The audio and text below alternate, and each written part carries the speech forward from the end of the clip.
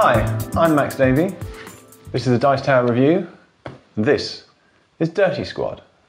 So, Dirty Squad is in some way hard to explain, not because it's complex or enigmatic, but just because the rulebook is so badly written, waffling and self-contradictory that it can be difficult to work out what you're actually supposed to be doing. But as far as we could make out, we have hands of cards from which we're playing a couple of cards, and other people are guessing whether or not we have any of these killer cards in them.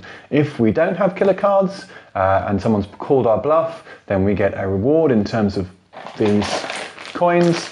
We lose coins, or if we have tried to get someone killer to escape and been caught, and people who are caught go into someone else's custody and then they can score at the end of the game.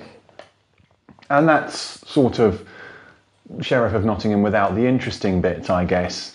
At some point, somebody must have realised, well, there really isn't a game here, because you're just basically guessing if other people are lying or not. And so they put in these take that cards that essentially mess with that very basic mechanism in a way that isn't very interesting, because it doesn't really matter what you do, you just play whatever you happen to have drawn.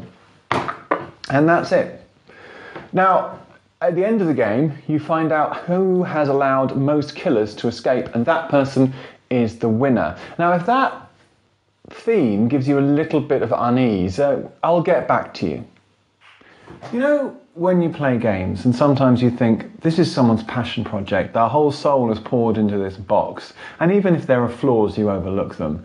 Other games, of course, you think, well, this is fantastically competently designed, beautifully presented, and has been developed to a fine art. And then there's this.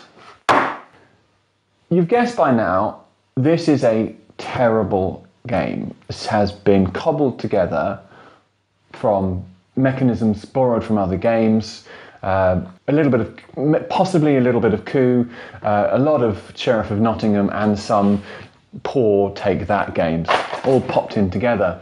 And the reason I think it was felt it was worth putting out is this theme, this slightly edgy, slightly provocative theme of, ooh, you're corrupt cops, you're helping killers. And I don't mind edgy themes, I don't mind violent themes, but they have to be clever. They have to kind of subvert things, or give you a story, or have some kind of, make you think in some ways. This is just stupid and puerile and nasty. I think the fact that it really comes through is you're literally playing cards of people who are visibly upset because this person has died, and you're playing the killer and you want the killer to escape. And it's the sort of thing that, I don't know, who would find that exciting or funny or entertaining? Presumably some people, but certainly not me. So there's not much good to be said for this game.